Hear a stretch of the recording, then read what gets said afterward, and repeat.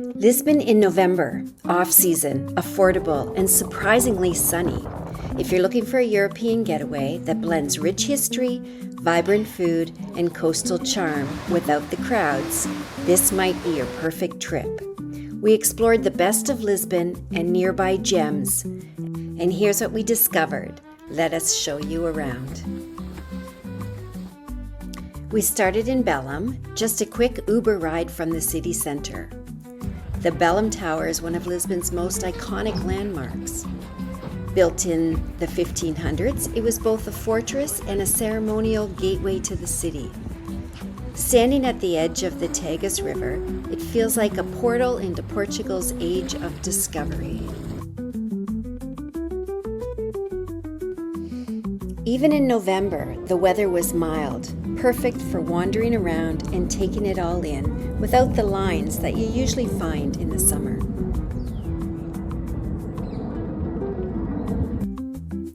Just a few minutes away is Pasteis de Belem, home of what many claim is the best custard tart in the world. Fun fact, they were first created by monks at the monastery. At the time, convents and monasteries used large quantities of egg whites for starching their clothes, so the leftover yolks were turned into dessert. Like these, now famous natas tarts. A short walk away, we discover another gem. Welcome to LX Factory, Lisbon's coolest creative hub. Once an old industrial complex, now it's bursting with life. Indie bookstores, design studios, rooftop bars, and seriously good coffee, all wrapped up in bold street art. Don't skip this spot. It's where Lisbon's old soul meets modern age. Have you ever come across such a vibrant display of cans of sardines?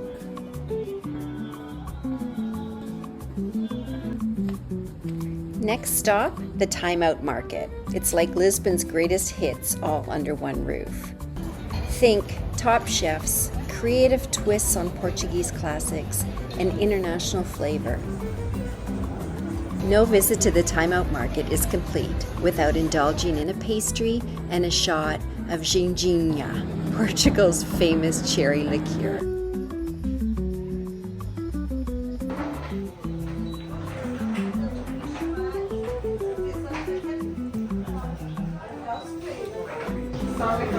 Very good.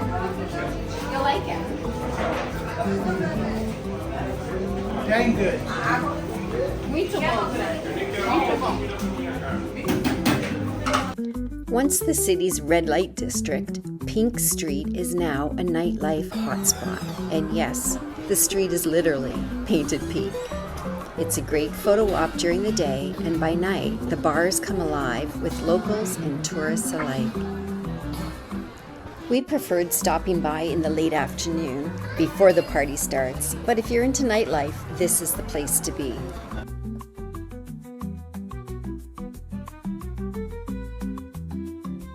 If you're in Lisbon during November or December, Rossio Square transforms into a charming Christmas market. You'll find artisan gifts, hot chocolate, and roasted chestnuts.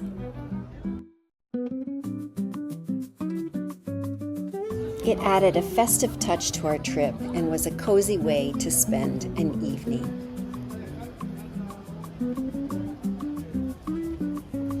Okay, day 2. We took a day trip to Sintra. It's a must. Just 40 minutes from Lisbon by train, this fairy tale town is full of palaces, gardens, and mysterious vibes.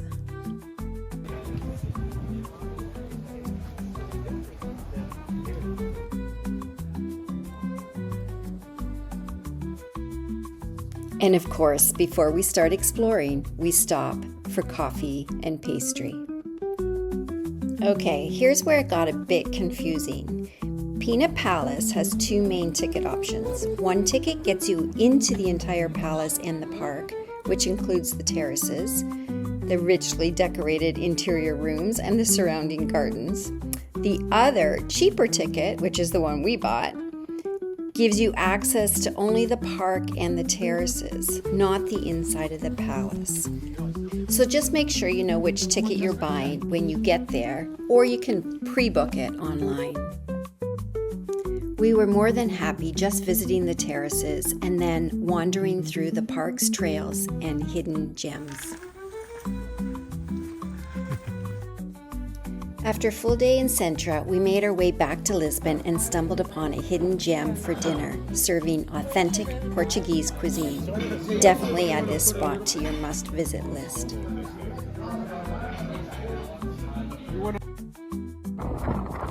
Another easy day trip is Cascais, a seaside town about 30 minutes west of Lisbon. It's got a laid-back vibe, beautiful coastal trails, and some great spots for seafood.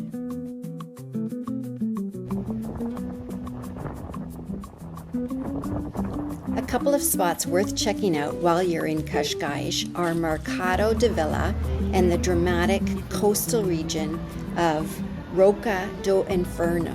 Both are easily walkable and definitely worth your time.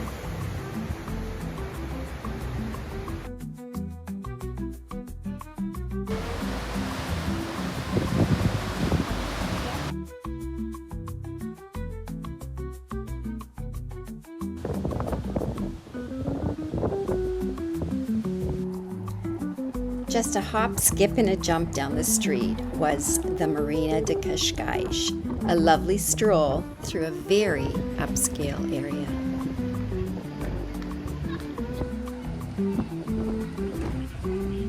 Now it's time to make our way back to Lisbon. A trip to Lisbon wouldn't be complete without savoring some authentic Portuguese specialties. So to wrap up the day and our final night in the city, we treated ourselves to a few of our favorites.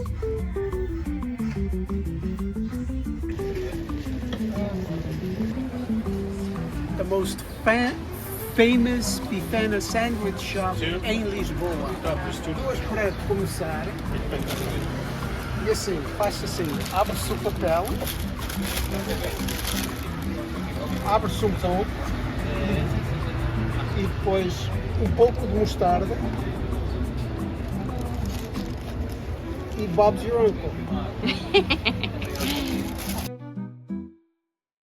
So here we are in Lisbon on my 46th birthday. 46. 46. Yeah. Actually backwards, but that's okay. With great friends, great food, my typical Portuguese octopus dish, and hopefully it tastes like I remember it from many years ago. So, bon appetit! Let's go. Thanks for joining us on this Lisbon adventure. If you like this video, give it a big thumbs up and don't forget to subscribe for more travel stories. Let us know your favorite Lisbon spot or where we should go next.